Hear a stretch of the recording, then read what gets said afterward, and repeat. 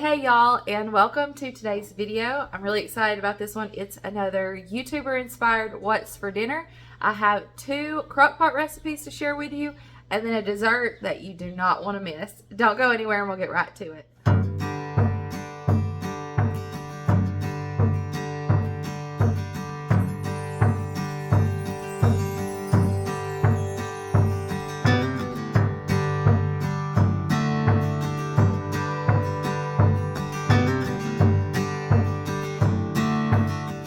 I did one of these YouTuber inspired what's for dinner videos last month and it was a hit, so I wanted to do this again. I'll be sure to link the other one up in the iCards and down in the description box in case you haven't seen it and want to watch it as well.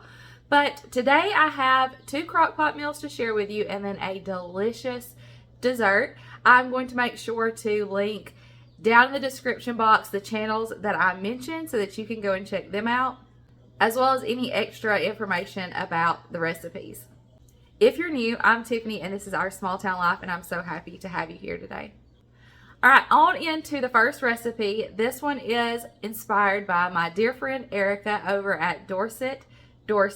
I think she said that she got some inspiration for the recipe from another YouTube video, but I got the inspiration from her, and so I wanted to be sure to mention her. This is honey garlic chicken.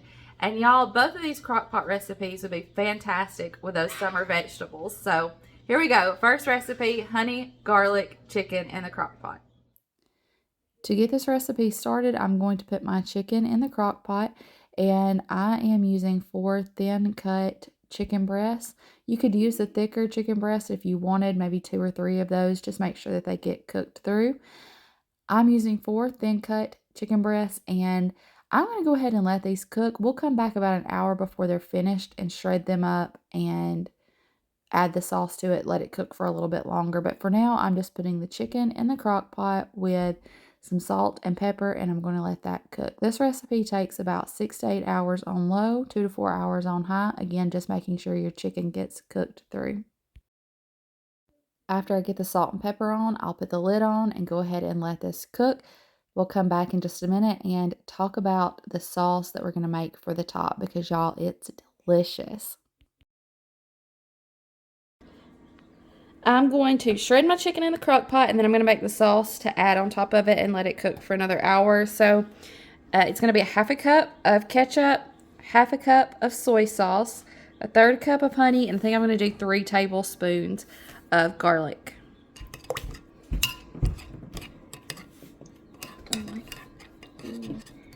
Let me pour this over the chicken and I'll help you, okay?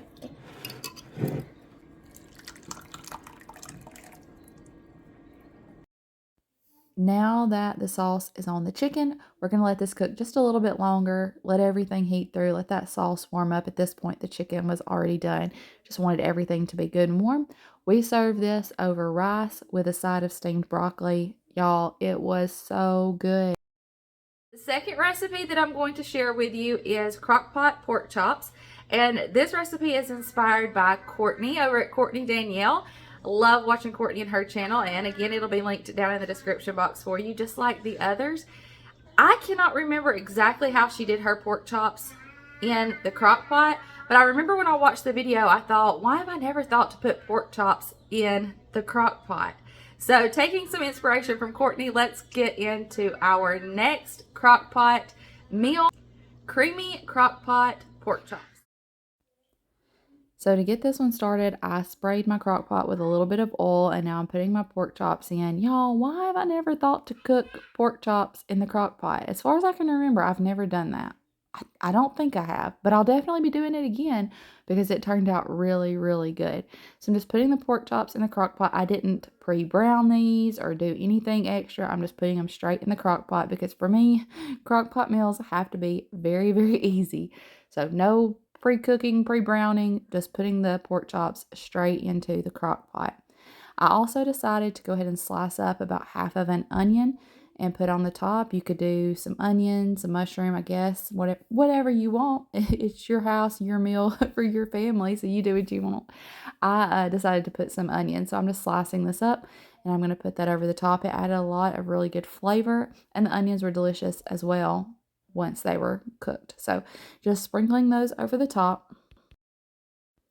Once I get these onions in here, I'm going to season with some salt and some pepper, and then we're going to put on a can of cream of mushroom and a can of cream of chicken.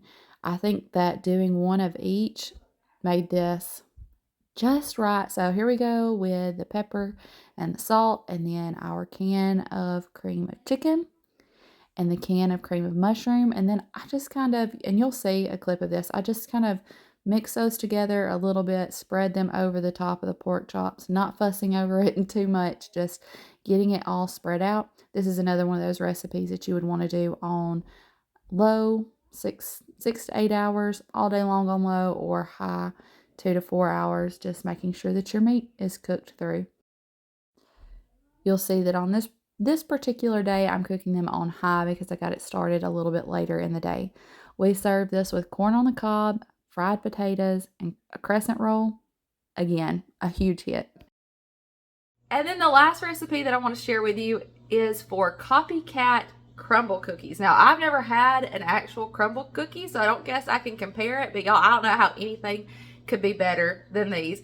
And I took inspiration from Toni over at Chaotic Country. She made some that looked so good. She actually made a couple of different varieties. I did cookies and cream crumble cookies. Took some inspiration from Toni, and then used I think from the recipe that she shared, there was another link for the cookies and cream cookies. I used it. I'll put it down in the description box for you so that you can follow that recipe if you want to. But y'all, they are so good. The inside was a little bit fudgy. The outside was a little bit crispy. They had a delicious icing on. Okay, I'm going to stop talking and let you see. Y'all, if you don't try anything, try these cookies. This may be one of my new, it is one of my new favorite desserts. I will have the link down in the description box for you.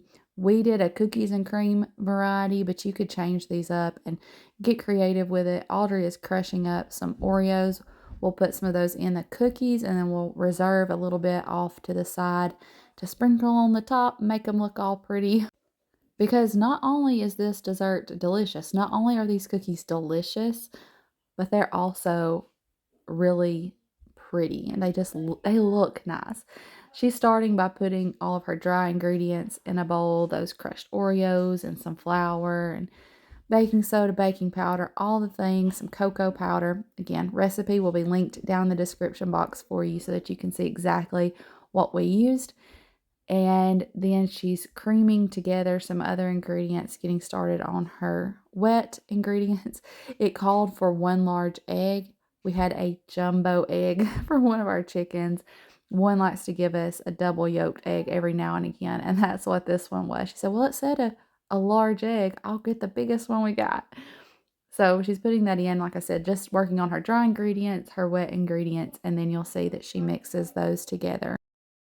Once she got everything mixed together, we put these on a baking sheet lined with parchment paper. We just used a cookie scoop and scooped those out. I did go back and wet my finger just a little bit and mash them down just so they would spread out a little bit easier. And then we put these in the oven, baked them up. We did a couple of batches. That way they were not too crowded on the baking sheet. You can see there where I just barely mashed them down. While they were baking, we worked on an icing for them as a buttercream icing with some butter and powdered sugar and vanilla to put on the top. So that's what she's got going on here. We mixed that up and set it to the side until the cookies came out of the oven and had time to cool. If you put your icing on too soon, it will melt. So you want to make sure you let your cookies cool. Here's you a peek at the cookie with the icing and some of those Oreo cookie crumbs sprinkled over the top. And you'll also get to see a little clip of the inside. They had this nice, almost brownie-like center and consistency. My new favorite, y'all.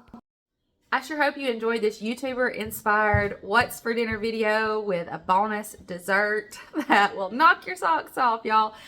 If you enjoyed it, please give it a thumbs up. It really does help our channel out. And if you haven't already subscribed, make sure you do that before you leave. We love you. We appreciate you. And we'll see you in the next one. Bye, y'all.